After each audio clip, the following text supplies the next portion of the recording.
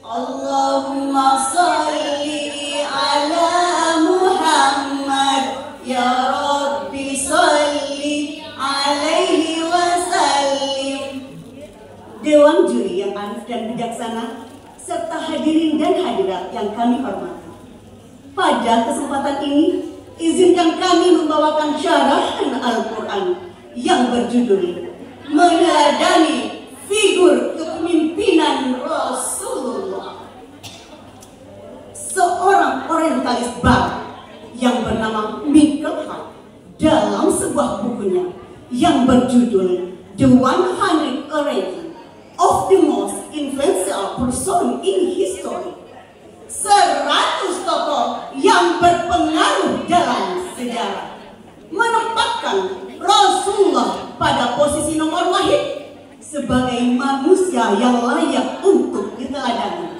Maka sungguh sangat disayangkan jika kita seorang muslim, kita lebih hafal sejarah Napoleon Bonaparte, Benito Mussolini, tapi kita buta akan sejarah hidup dan kehidupan Rasulullah. Jauh hari Allah Subhanahu wa Ta'ala berfirman dalam surah Al-Ahzab ayat 21 yang berbunyi,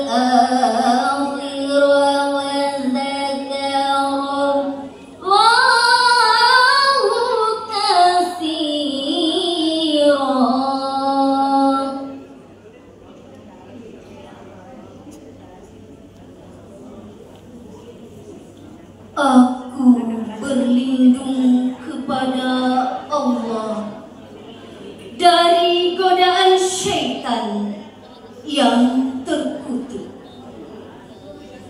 dengan menyebut nama Allah yang Maha Pengasih lagi Maha Penyayang. Sungguh dalam diri Rasulullah itu telah ada suri teladan yang baik bagimu, yaitu bagi orang yang mengharap rahmat Allah dan kedatangan hari kiamat, dan yang banyak mengingat Allah. Ma'asyiral muslimin rahimakumullah, Imam Ali As-Sabuni dalam kitabnya Safwatut Tafasir menjelaskan ayat ini bahwa Rasulullah adalah keteladanan yang paling luhur, sebagaimana dalam sabdanya yang berbunyi, innama bu'istu liutammima makarimal akhlaq.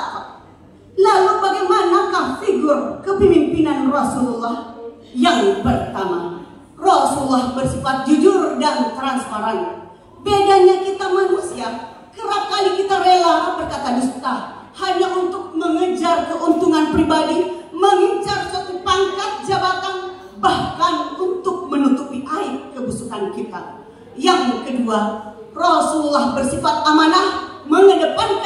integritas, di mana ucapan dan perbuatan selalu selaras. Itulah sebabnya Rasulullah tidak hanya diangkat menjadi presiden di kota Mekah, tapi beliau pun diangkat jadi presiden di negara tetangganya. Yang ketiga, Rasulullah bersifat dan menghargai keberagaman, sebagaimana sabda Rasulullah yang berbunyi, sab'atun yudhilluhumullahu yawma la dhilla illa dhilluh. Ada 7 golongan manusia, kata beliau, yang di akhirat nanti akan langsung mendapat perlindungan dari Allah. Siapa mereka? Salah satunya adalah imamun adil, pemimpin yang adil. Ya, pemimpin yang adil. Saya teringat kisah seorang gubernur Mesir. Pakaiannya bagus-bagus, istananya megah, tapi yang mengganggu pikirannya adalah di sebelah istananya itu berdiri sebuah gubuk reot milik Yahudi lagi. Hingga suatu hari dipanggillah Yahudi ini oleh sang gubernur. Yahudi, itu kamu punya gubuk, kena proyek. Ada IMB-nya tidak? Tidak, Tuan. Pemerintah akan bangun masjid besar di atas lahannya. Maka itu kami akan bayar 2 kali lipat. Tidak, Tuan. 3 kali lipat. 6 kali lipat juga tidak, Tuan. Sedari muda saya membanting tulang hanya untuk bisa membeli lahan dan membangun gubuk ini. Banyak bacot kamu. Pimpro, ambil bulldozer, gusur gubuk itu dan bangun masjid. Seketika itu juga berlinanglah air mata sang Yahudi ini melihat rumah yang satu-satunya ia bangun digusur oleh pemerintah. Ia pun bertekad untuk melaporkan ulah gubernur ini pada atasannya, seorang khalifah, seorang presiden. Berpagi-pagilah ia berangkat ke Madinah. Sesampai di Madinah, ia melihat seorang bapak dengan penampilan yang sangat sederhana tertidur di bawah pohon kurma. Ternyata beliau adalah seorang presiden, seorang khalifah. Ia pun mengadukan masalahnya. Lalu sang khalifah menyuruh sang Yahudi ini untuk mengambil 1 buah tulang unta di tong sampah sana. Ia pun mengambil dan menyerahkan pada gubernur. Sang gubernur langsung memberikan garis lurus dengan seujung pedangnya dan berkata, Yahudi, ini kamu sampaikan pada gubernurmu. Sang Yahudi kebingungan. Ia pun pulang dan menyampaikan tulang itu pada gubernur. Pada saat disampaikan, tiba-tiba tubuh sang gubernur ini gemetaran, keringatnya bercucuran. Dengan paniknya ia berteriak-teriak, Pimpro, batalkan pembangunan masjid dan segera bangun gubuk tua itu. Sang Yahudi kebingungan. Tuan, apa yang terjadi, Tuan? Ini semua karena ulah kamu yang suka melapor segala pada atasan.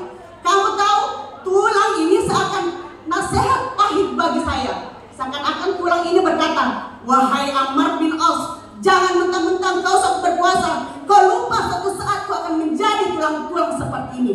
Maka dari itu mumpung kau masih hidup dan berkuasa, maka berlaku adil dan luruslah kamu seperti garis lurus yang ada di atas tulang itu.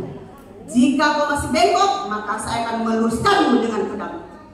Hadirin, dari kisah di atas dapat kita mengambil sebuah kesimpulan bahwa kita seorang muslim, kita tak perlu khawatir untuk mencari figur kepemimpinan, karena figur itu ada pada Rasulullah dan sahabatnya.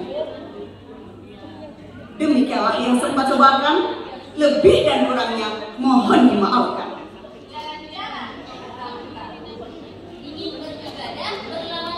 Semoga syarah Al-Quran ini mendapat berkah untuk kita semua. Akhirul kalam.